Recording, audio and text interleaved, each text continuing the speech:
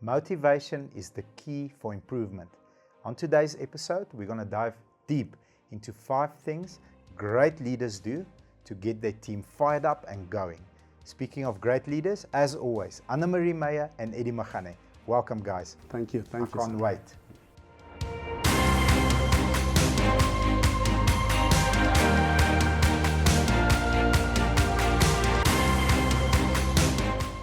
So, before we get into the qualities that make a great leader, who he or she is, I want to talk about a book, a very good book that we've had the opportunity to read in our company, and we've actually had a sit down with the authors of the book, and we've discussed it in detail. It's called Multipliers.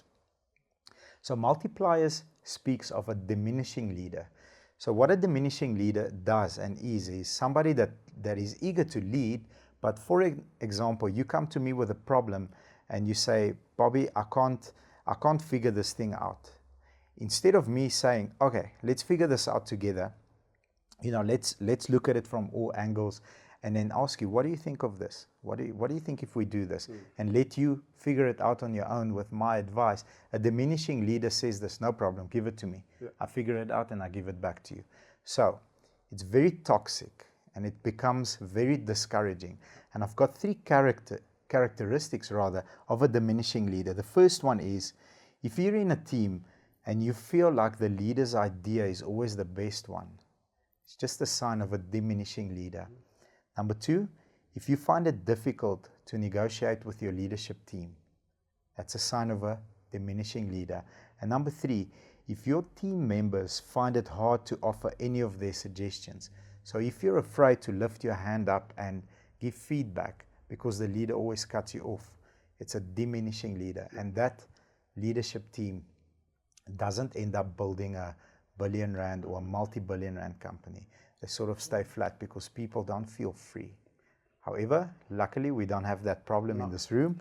And I want to dive into 5 beautiful qualities that makes a good leader phenomenal and gets the best out of their team. Ladies first, we're going to go with the first one. Leaders motivate. People tend to go to work not only to work. They need to have fun.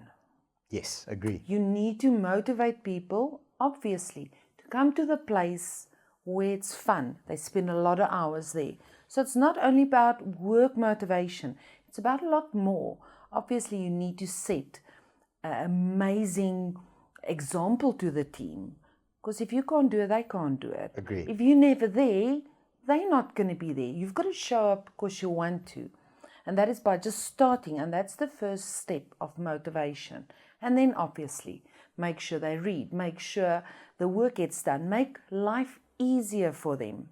And that's just the start of motivation. I want to touch on that quickly. The core function of a leader is to make sure that the environment that he or she creates makes it easy for that person to fulfill their duties. So, and if fun is like on your top 5 priorities, obviously driving and improving, everything needs to be there. But if fun is always in the mix, in the pot, you are definitely on then the you've right got direction. the best team. Beautiful. Number 2, leaders show direction for growth. You've got lots of experience in that area. Yeah, we did touch on this before. We said if we're in war, if we're headed somewhere, someone needs to have the navigation. Someone needs to know the direction.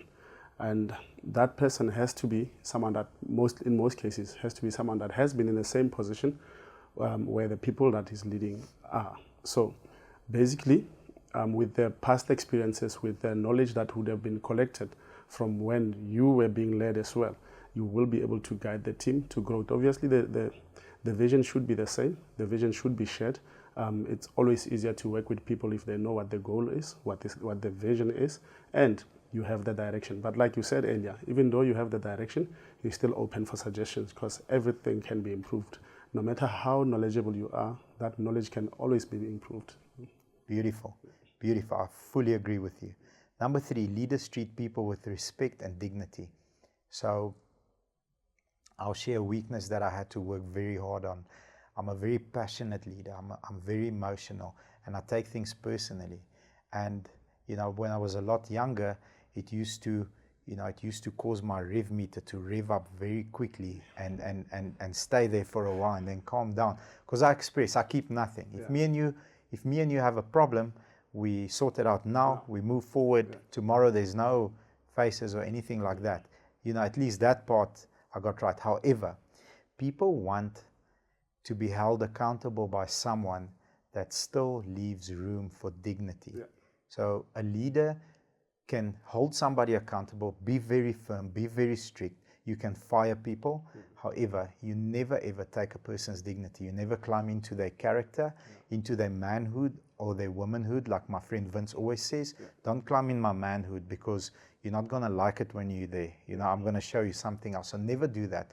So hold people accountable, but always allow people to keep their dignity, no matter what.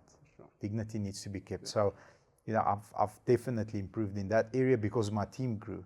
If I didn't, then the team would have never grown. Number 4, leaders bring out the best in their team. You need to look in any team. Obviously, none of us are alike.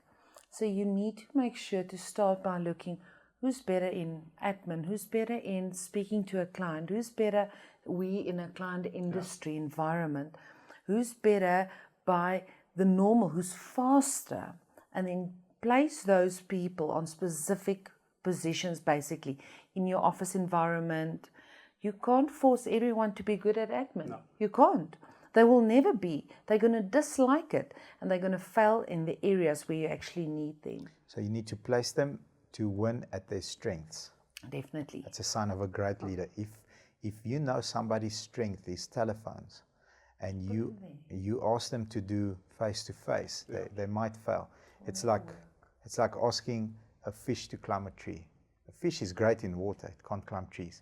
So just let it free in the ocean and let it do its thing. To me, that is the most important, is to place that person where you've got the biggest strength. Beautiful. This reminds me of the training that we also did recently, to also understand that people have different love languages. Yes. And they're driven by different reasons. It's always important as a leader to know, okay, X is driven by this, and F is driven by that, and you know how to talk to individuals differently. So beautiful. So one of the areas that drives people is competition. And an admin person, a person in support, won't necessarily be driven by competition. And if I go to an admin person and say, with me, if you follow me, we're going to kill everybody. We are going to be the best. They're going to run away. They're going to run away. Like, dude, are you crazy? Like, what is wrong with you? However, if you go to a salesperson and you use that love language against that salesperson who's trying to compete against a salesperson doing better, then you've got a good fight on your hand, a healthy competition. Teach people different skills in life, but first find that first skill. Their love. First find that first love, and then grow on that. For sure. Last one. Most importantly, great leaders serve for the common good of all. Right. So basically, there's always a reason why you'd find yourself a leader. You're there to lead everyone to their success. And I believe once you start leading, the first thing that you know is that your success is now in other people's hands. So all you have to do is to make sure that everybody is doing well.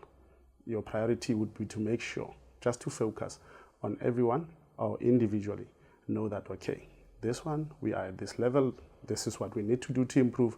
You constantly do that and you get it right with everyone, your growth comes automatically.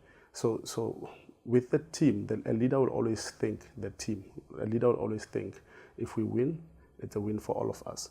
And obviously, you'll always invest all your time in making sure that everybody in the team makes it in life. I mean, there's nothing as great as standing there and watching a few people successful and knowing very well that I've had a hand in that. Beautiful.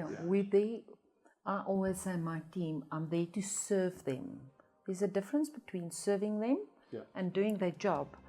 Because I need to have all these functions in one day, but I'm there to make sure that they're healthy. I'm there to make sure that they're happy.